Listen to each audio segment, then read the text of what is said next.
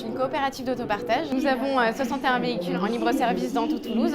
L'objectif en fait final de Cities, c'est de libérer de la place en centre-ville, puisqu'une voiture reste plus de 95% du temps au repos en fait dans le garage, une voiture personnelle, et alors que les voitures Cities sont partagées. Donc en fait, une voiture Cities remplace 9 voitures individuelles.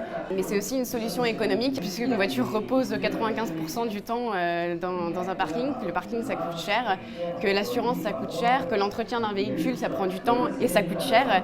Et donc ici, en fait, avec les voitures en libre service, vous payez vraiment que ce que vous utilisez. Et c'est pas vous qui vous occupez de l'entretien, et c'est pas vous qui vous occupez d'appeler l'assurance, et c'est pas vous qui vous occupez de tous ces petits tracas qu'est un véhicule en fait. C'est intéressant pour les personnes qui font avec leur voiture personnelle moins de 10 000 km par an. C'est plus intéressant de passer à l'autopartage que de garder sa voiture personnelle. Mais je le précise bien parce que c'est très important de le savoir, c'est vraiment complémentaire au transport en commun et pas remplaçable. C'est vraiment utiliser les transports en commun en ville, le vélo, le métro, le tram, etc.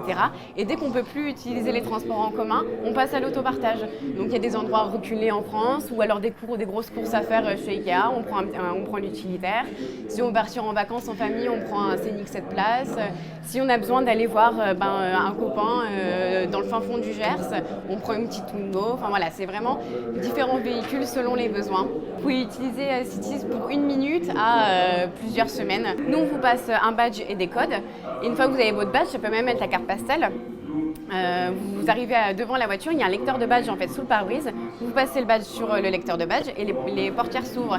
On a aussi un véhicule très important, c'est un véhicule pour les personnes à mobilité réduite. Ça ne permet pas à cette personne de conduire, donc il faudrait que quelqu'un de sa famille ou un ami soit apte à conduire pour l'accompagner, mais c'est un véhicule spécial pour accueillir les fauteuils roulants.